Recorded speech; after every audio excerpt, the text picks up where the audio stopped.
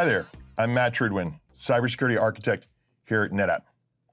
For well more than a decade, hackers and malicious actors have been trying to steal your data. And they've been doing it with something called a man-in-the-middle attack.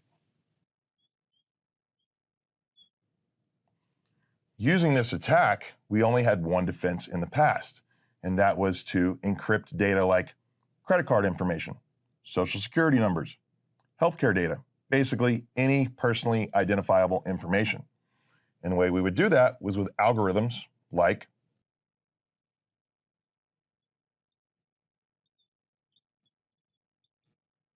RSA and DSA. And this has worked for quite a long time.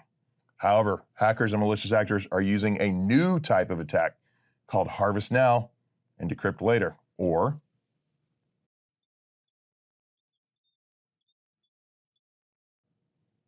HNDL.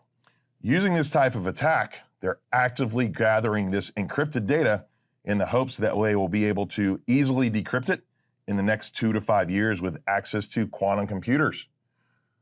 However, don't fear, there is a solution to this problem, and that is called post-quantum cryptography, or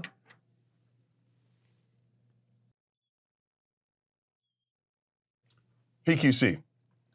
PQC is a new type of encryption that allows hackers and malicious actors to not be able to decrypt that data easily with a quantum computer.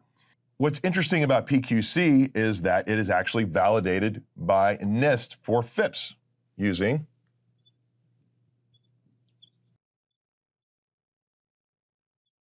FIPS 140-3. NIST is the National Institute of Standards and Technologies that sets a lot of standards for security. Now, with the NIST FIPS 140-3 standard for PQC, we have 3 algorithms to choose from. The first being ML-Chem, which is used for TLS and things like management of an ONTAP system. Say you're doing some REST APIs or NetApp console or system manager, or even replicating data through SnapMirror. ML-Chem will cover all that with TLS, and that's the new algorithm that's quantum resistant there. Also, for certificate authentication, there is a new algorithm there too. It's called ML-DSA.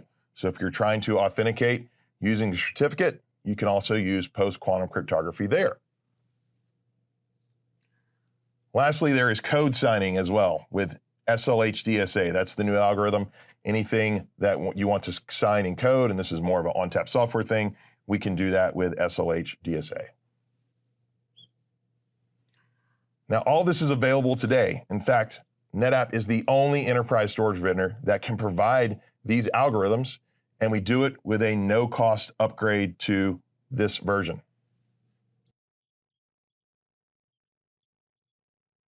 9.18.1 or later. With ONTAP 9.18 or 1 or later, you simply upgrade your controller and you automatically have usage of these new algorithms. Slight note there, today you need to be not in FIPS compliance mode to be able to use them. That's because even though we're using FIPS validated algorithms, our module is currently going through the process of that. Now, this all covers data in flight or in transit very well, and we can easily check that box. But what about data at rest, you might ask? Well, with data at rest, that's when someone's trying to physically steal your disk drives. The good news there is for well over a decade, NetApp has been using AES 256-bit encryption. And with this encryption, you have already been well covered and safe and quantum resistant from the harvest now, decrypt later attacks that I talked about today.